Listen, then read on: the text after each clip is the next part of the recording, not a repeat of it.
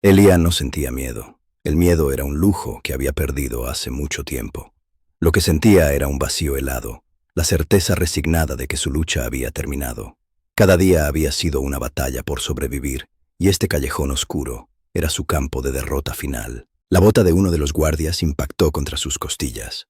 Un dolor agudo y blanco le robó el aliento, haciéndola caer de rodillas sobre los adoquines inundados. El pan se le escapó de los dedos y fue arrastrado por la corriente sucia que corría hacia la alcantarilla. Lo vio desaparecer, un símbolo perfecto de su propia existencia. «Ni siquiera vale la pena el esfuerzo», dijo el segundo guardia, dándole la espalda. «Déjala ahí. La tormenta hará el resto del trabajo». Se marcharon, dejándola sola con su dolor y el eco de su desprecio. «Ni siquiera vale la pena el esfuerzo», dijo el segundo guardia, dándole la espalda. «Déjala ahí. La tormenta hará el resto del trabajo». Se marcharon, dejándola sola con su dolor y el eco de su desprecio. Pero mientras el mundo la abandonaba a morir, una idea desesperada se encendió en su mente. A través del velo de lluvia, al final de la calle, se alzaba la silueta imponente del castillo Lycan, un lugar temido, la guarida del rey bestia que gobernaba esas tierras. Un lugar del que nadie en su sano juicio se acercaría. Ignorando el fuego en su costado, se puso en pie con un gemido. No corrió para huir de los guardias. Corrió hacia el peligro, hacia las enormes puertas de hierro forjado que prometían una muerte rápida en lugar de una lenta agonía en el frío. Su último pensamiento fue un rezo roto. Mejor la bestia que los hombres. Las puertas de roble y hierro se abrieron con un estruendo, revelando una sala del trono bañada en la luz dorada de 1000 velas. Elia fue arrojada sobre el mármol pulido, un bulto de harapos empapados en medio del esplendor. Las risas contenidas de la corte la golpearon como piedras, afiladas y crueles. Para ellos, no era una persona, sino una mancha de suciedad en su mundo perfecto. Se obligó a arrodillarse, con la cabeza gacha, sin atreverse a mirar al rey, en su trono de obsidiana. Su voz fue un susurro roto, apenas audible por encima del crepitar del fuego. «Mis manos son útiles. Sé reparar cuero, redes, lo que sea. Dadme un techo y comida, y serviré». No pidió piedad. Ofreció la única moneda que creía poseer, su trabajo. La corte estalló en una carcajada abierta, pero en el trono, el rey Rorik se quedó inmóvil. Un aroma imposible, madreselva silvestre y lluvia fresca, cortó el aire viciado de la sala y lo golpeó como un rayo. Sus ojos ámbar se encendieron, las pupilas dilatándose. Una palabra ancestral, una verdad innegable, rugió en el fondo de su alma. «Mía». Rorik se puso en pie. El movimiento fue lento, deliberado, y el sonido de la sala del trono murió al instante. Con sus 2 metros de altura, su sombra cayó sobre todos, una promesa de violencia contenida. El aire se volvió denso, pesado, cargado con la electricidad de un depredador que ha encontrado a su presa. Nadie se atrevía a respirar. Bajó los escalones, ignorando a su consejero Valerius, que intentó hablar. Sus ojos nunca se apartaron de la figura temblorosa de Elia. Se detuvo frente a ella, un titán ante un pájaro caído. Su voz fue un trueno bajo que hizo vibrar el suelo, una orden que no admitía discusión. «Ella viene conmigo». Antes de que nadie pudiera reaccionar, su enorme mano la agarró del brazo, levantándola del suelo con una facilidad pasmosa. El calor de su piel era un shock contra su carne helada. Sin una segunda mirada a su atónita corte, se dio la vuelta, llevándosela con él. Sus 2 lobos guardianes, Cierzo y Rayo, se materializaron desde las sombras y flanquearon su paso, un muro de colmillos y furia que sellaba su decisión. Elia no recordaba haber caminado. Un momento estaba en el frío mármol de la sala del trono, y al siguiente, Rorik la depositaba en el umbral de una habitación más grande que cualquier casa que hubiera visto. La puerta se cerró detrás de ella con un suave clic, dejándola sola en un silencio abrumador. Una chimenea crepitaba, arrojando una luz dorada sobre alfombras de piel tan gruesas que sus pies descalzos se hundían en ellas. El aire olía a madera pulida y lavanda seca, no a la podredumbre del pozo. Era un santuario, y ella era la profanación. 2 sirvientas entraron sin hacer ruido, sus rostros impasibles.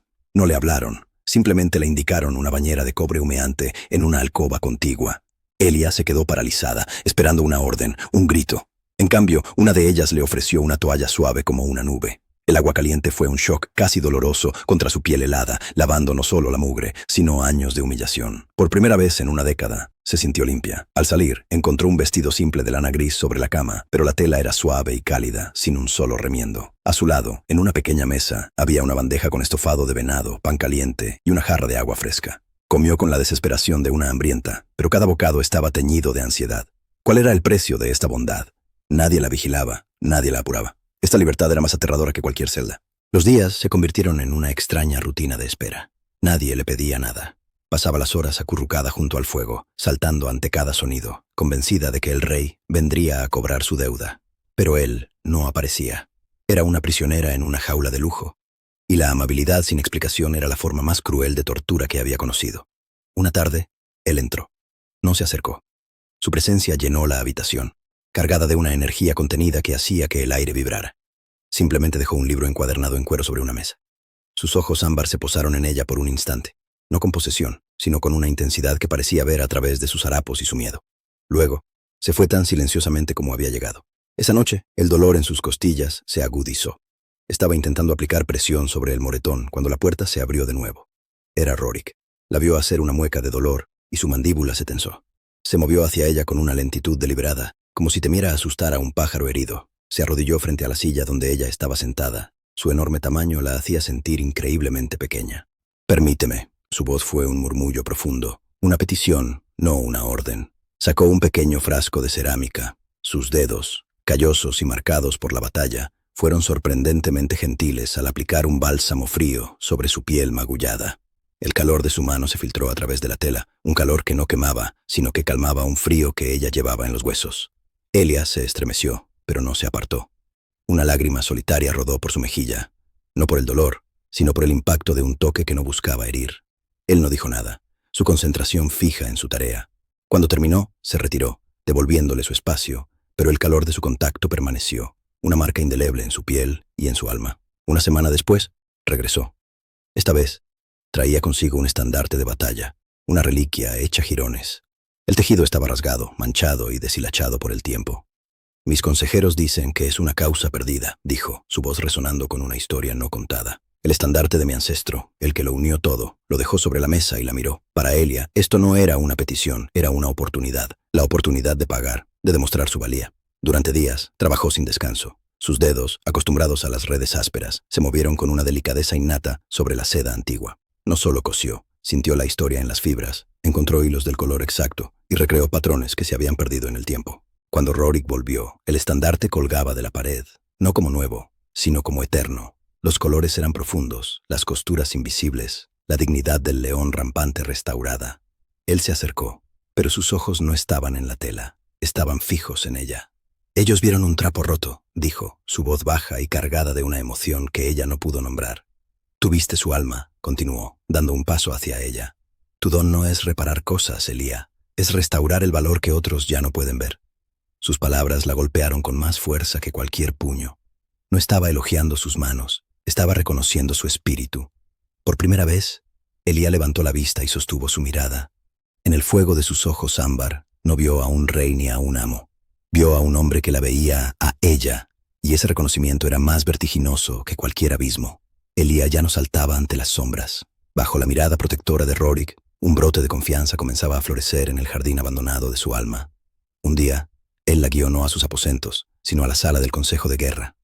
Era una caverna de piedra oscura, dominada por una mesa de roble macizo, donde generales con rostros de granito discutían sobre mapas y estrategias. La presencia de Elia fue recibida con un silencio cargado de desprecio, especialmente por parte de Valerius, cuyo labio se curvó con disgusto. El tema era una disputa fronteriza. Un clan rival reclamaba el bosque susurrante y los generales de Rorik abogaban por un ataque frontal, una muestra de fuerza bruta para aplastar la insurgencia. «Cruzaremos por el llano de la viuda al amanecer», gruñó un general señalando una franja de tierra aparentemente vacía en el mapa. «Los tomaremos por sorpresa». Pero Rorik frunció el ceño. Sus instintos de depredador le advertían de un peligro que no podía nombrar. Desde su rincón, Elia observaba el mapa.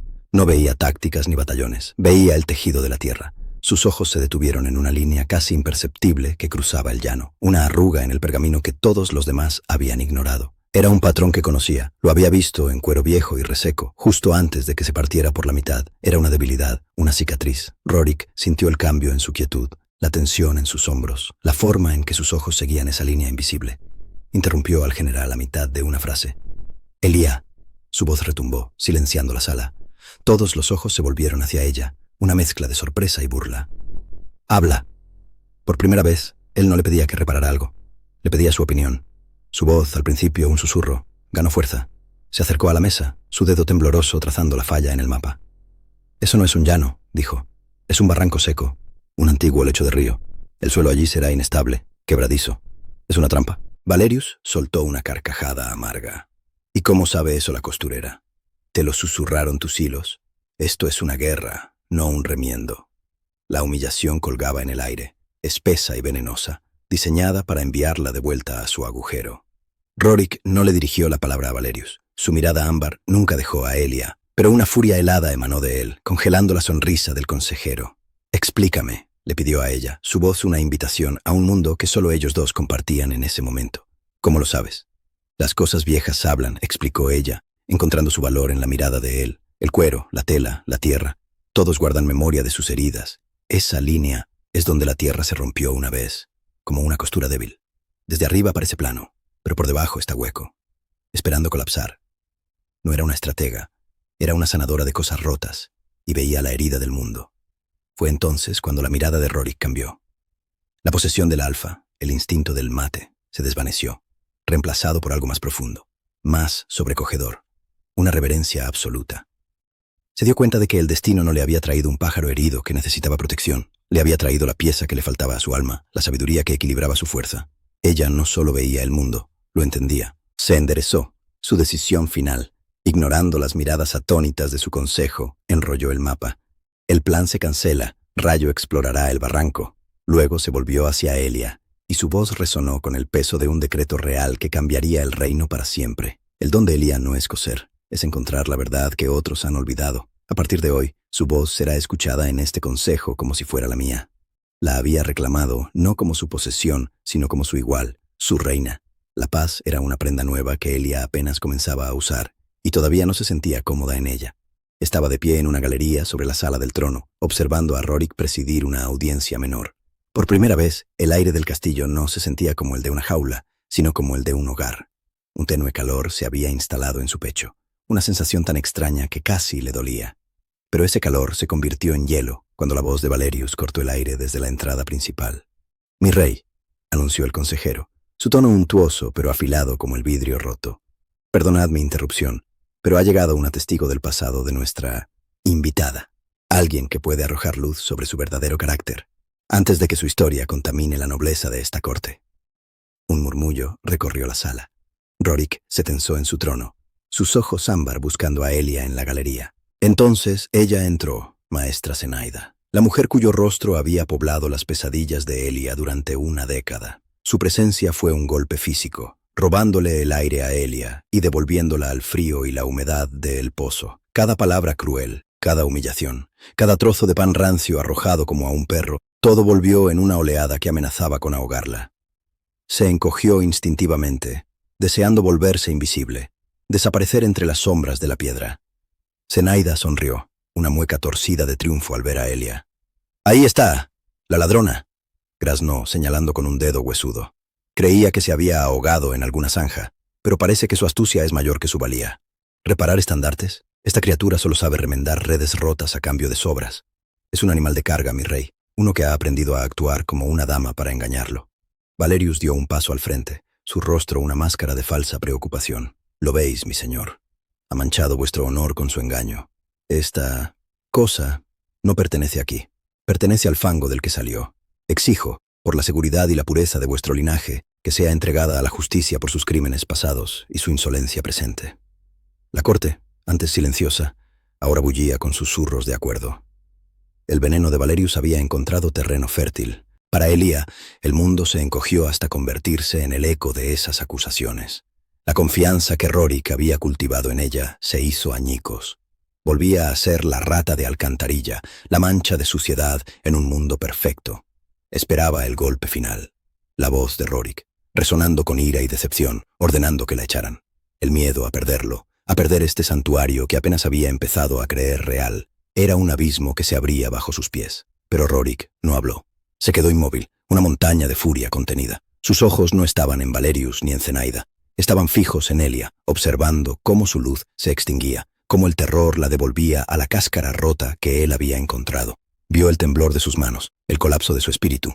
Y en ese silencio, algo dentro del rey finalmente se rompió. Lentamente su mirada ámbar se apartó de ella y se posó sobre sus acusadores, y la promesa de violencia en sus ojos congeló el aire de la sala del trono. El silencio en la sala del trono se volvió denso, pesado como una lápida. Rorik se movió, no con la furia explosiva que todos esperaban, sino con la calma letal de un depredador que ya ha decidido el final de la caza. Ignoró a Valerius y a Zenaida como si fueran motas de polvo en el aire. Cada paso que daba hacia la galería era un martillazo contra el corazón de la corte. Se detuvo frente a Elia, que se había encogido hasta ser una sombra de sí misma, esperando el golpe de gracia. Él extendió su enorme mano, y por un instante el mundo creyó que la arrojaría a los lobos.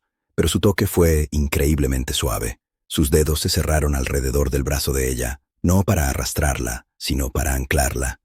La levantó con una facilidad que desmentía la ternura del gesto y la colocó gentilmente detrás de él. Con su cuerpo, formó un escudo impenetrable entre ella y el mundo que la había herido. No dijo una palabra, pero el mensaje resonó más fuerte que cualquier rugido. Para llegar a ella, tendrían que pasar a través de él. Elia, oculta tras la montaña de su espalda, sintió por primera vez en su vida el significado de la palabra santuario. Rorik se giró, su mirada ámbar barriendo a la corte petrificada. Su voz no fue un grito, sino un trueno bajo y controlado que hizo vibrar el mármol. Esta mujer, comenzó, y cada sílaba era un veredicto. Llegó aquí sin nada, ofreciendo el único valor que un mundo ciego como el vuestro le enseñó a tener, sus manos. Su brazo se alzó, no hacia Elia, sino hacia el estandarte restaurado que colgaba sobre el trono. El mundo la rompió, y aún rota, ella sola restauró nuestro legado. Ustedes ven una sierva, una mancha. Hizo una pausa, dejando que el peso de su desprecio cayera sobre ellos. Yo veo la otra mitad del alma de este reino. Caminó de vuelta hacia Elia. Tomó su mano y la entrelazó con la suya, levantándola para que todos la vieran. La declaración final fue una promesa y una sentencia, una ley forjada en el fuego de su alma. Ella no es mi protegida, no es mi invitada. Sus ojos se clavaron en los de ella, un universo de posesión y reverencia. Es mi mate, mi reina. El poder en esas palabras hizo que varios cortesanos retrocedieran físicamente. Luego, sin soltar la mano de Elia, su mirada se posó en Valerius. Y como mi reina, fue ella quien vio la traición que tú, consejero, escondías en tus mapas. El oro que recibiste de nuestros enemigos, a cambio de la vida de mis hombres. Eres exiliado. Si tu rostro vuelve a ser visto en mis tierras, será lo último que veas. A Zenaida ni siquiera le concedió el honor de una sentencia. Simplemente la miró, y en esa mirada había un abismo de desprecio tan absoluto que la mujer palideció, comprendiendo que su vida, su negocio y su futuro acababan de convertirse en cenizas. La guardia se llevó a un Valerius balbuceante y a una Zenaida temblorosa, y el silencio que quedó era de asombro y de un miedo reverencial. Rorik se volvió hacia Elia, su expresión suavizándose por primera vez. Ya no era el rey bestia, era el hombre que había visto su valor cuando ella misma lo había olvidado, y en sus ojos, Elia no vio un amo, sino el reflejo de la reina que acababa de nacer. La boda no fue un despliegue de oro y seda, sino de tierra y juramentos. Bajo las ramas de un roble milenario que había sido testigo del nacimiento del reino, Rorik y Elia se unieron. Él no le ofreció una corona de joyas, sino que colocó una sencilla diadema de hierro forjado y hojas de roble en su cabello. Su voz, que una vez hizo temblar el mármol, fue un murmullo profundo solo para ella. Mi escudo, mi ancla, mi alma. Elia no respondió con títulos, sino con la única verdad que importaba. Puso su mano sobre el corazón de él y dijo, mi hogar. Su primer decreto como reina no fue sobre impuestos o ejércitos, sino sobre dignidad. Con el tesoro real fundó los gremios de la mano justa en el pozo, asegurando que ningún artesano volviera a ser explotado por un plato de comida. El primer refugio que abrió llevaba el nombre de El Santuario del Hilo, un lugar cálido para los desamparados, donde el único precio de entrada era el respeto mutuo. No gobernaba desde un trono, sino caminando entre las calles que una vez la habían despreciado. Su presencia un recordatorio constante de que el valor de una persona no se medía por su origen. Los viejos generales Lycan, hombres tallados en piedra y guerra, la miraban al principio con recelo. Veían su gentileza como una debilidad. Todo cambió durante la Gran Sequía, cuando dos clanes estaban al borde de la guerra por el último río que quedaba. Mientras los generales planeaban batallas, Elia estudió mapas antiguos. Encontró el rastro de un afluente subterráneo, olvidado, una herida en la tierra que nadie más había visto. Su conocimiento no salvó una patrulla, salvó al reino de devorarse a sí mismo. A partir de ese día, los guerreros más feroces inclinaban la cabeza ante ella, no por ser la esposa del rey, sino por ser la reina que les trajo la vida. Juntos, Rorik y Elia eran un equilibrio perfecto. Él era la tormenta que protegía las fronteras, su furia un muro inquebrantable contra sus enemigos. Ella era la calma que nutría la tierra, su sabiduría el cimiento sobre el que crecía una nueva era de prosperidad. En el consejo, la mano de él a menudo descansaba sobre la de ella, sobre la mesa de roble, no como un gesto de posesión, sino como una conexión silenciosa, un recordatorio para todos de que la fuerza y la compasión ahora gobernaban como una sola alma. Los años pasaron, y los pasillos del castillo se llenaron con el sonido de pasos pequeños pero firmes. Tuvieron una hija con los ojos ámbar de su padre y la intuición silenciosa de su madre, y un hijo con el cabello oscuro de Elia y la lealtad feroz de Rorik. No eran solo herederos de un trono, eran la prueba viviente de que la fuerza más grande no nace del poder, sino de la capacidad de sanar lo que una vez estuvo roto. Elia a menudo se paraba en la galería, mirando la sala del trono no como la jaula dorada que una vez fue, sino como el corazón de su familia y su pueblo. El mundo la había descartado como un retazo sin valor, un trapo roto destinado al olvido. Pero para el rey, para su reino, ella fue el hilo de oro que cosió el alma de una nación, uniendo las partes rotas en un estandarte más fuerte y glorioso que nunca. En cuanto a Valerius, su destino fue un eco silencioso de su propia arrogancia. Exiliado y despojado de su nombre, vagó por las tierras fronterizas como un fantasma. No murió por la espada, sino por la lenta agonía de la irrelevancia.